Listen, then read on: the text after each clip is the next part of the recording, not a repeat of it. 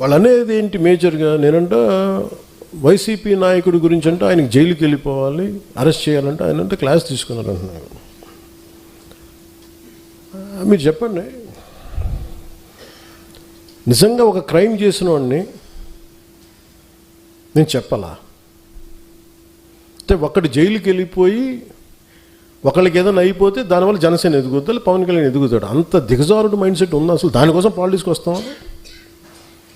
అసలు మీరు పాలిటిక్స్లో మీరు ఎంపీ ఇలాంటి వాళ్ళు ఎవరు పాలిటిక్స్లో లేనప్పుడు కదా నేను వచ్చి రోడ్డు మీదకి వచ్చి ఆ రోజున వైఎస్ రాజశేఖర రెడ్డి గారు ముఖ్యమంత్రిగా ఉన్నప్పుడు కదా నేను నా తుపాకీని సరెండర్ చేసి కదా నేను పాలిటిక్స్కి వచ్చింది. ఏం మాట్లాడతారు మీరు? ఎంత తెగింపు ఉంటే వస్తాం, ఎంత తెగించే గుణం ఉంటే వస్తాం పాలిటిక్స్కి. అలాంటి నేను కూర్చోబెట్టంటే వైసీపీ నాయకుడు అంటే ఆయన జైలుకి వెళ్ళాలని నేను చెప్పానని ఈయన ఊహించుకొని చెప్తారు. అదో పెద్ద న్యూస్ అది. మరి మీరు అందరికీ కళ్ళకి ఏం కనిపించట్లేదండి? మీ అందరికీ సమస్యలు కనిపించట్లా? ఎంతసేపు వైసీపీ నాయకుడు జైలును ఇవేనా? నేను వెళ్ళి ప్రధానమంత్రి గారితోటేను అమిత్ షా గారితో మాట్లాడితే ఇవే కనిపిస్తాయా? ఇంకేం ఉండవు మాకు సమస్యలు? దేశ భవిష్యత్తు గురించి మాట్లాడమా? ఆంధ్రప్రదేశ్ అభివృద్ధి గురించి మాట్లాడమా? కూర్చోబెట్టి వీళ్ళని జైల్లో పెట్టండి, వాళ్ళని జైల్లో తీయండి, వీళ్ళ నడుంకి బెల్ట్ కట్టేయండి, వాళ్ళ గురుజులు ఇవే చెప్తాం చెన్నాలి. అయినా వాళ్ళకి చెప్పాలా? వ్యవస్థకి నేను చెప్పాలా? ఏసీబీ కోర్టులోనూ వాళ్ళకి క్రైమ్స్ లేవా?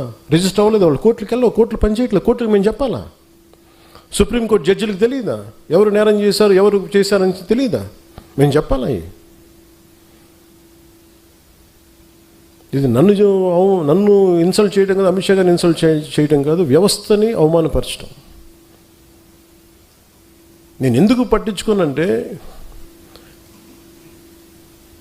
Newton's third law, for every action there is an equal and opposite reaction. చర్యకి ప్రతిచర్య ఉంటుంది. కర్మ వదలదు ఎవరిని, కర్మ ఎవరిని వదలదు. ఎవరు చేసిన పనులు వాళ్ళు తగులుతాయి అంతే. అది మంచి కావచ్చు, చెడు కావచ్చు. సాధ్యమైనంత మంచి చేయడానికి ప్రయత్నం చేస్తాం. అలాంటిది నేను కూర్చోబెట్టి వాళ్ళని జైల్లో పంపించండి, వీళ్ళని జైల్లో పెట్టండి ఏంటి? ఆ సెంటిమెంట్ అంతా కూర్చోబెట్టి మీరు ఏదైనా అయిపోదామనా? దానికి నన్ను వాడుకోకండి దయచేసి. పవన్ కళ్యాణ్ అనే వ్యక్తిని మీ పెరుగుదల కోసం, మీ ఎదుగుదల కోసం పంచింగ్ బ్యాగ్ లాగా వాడుకుంది చాలు.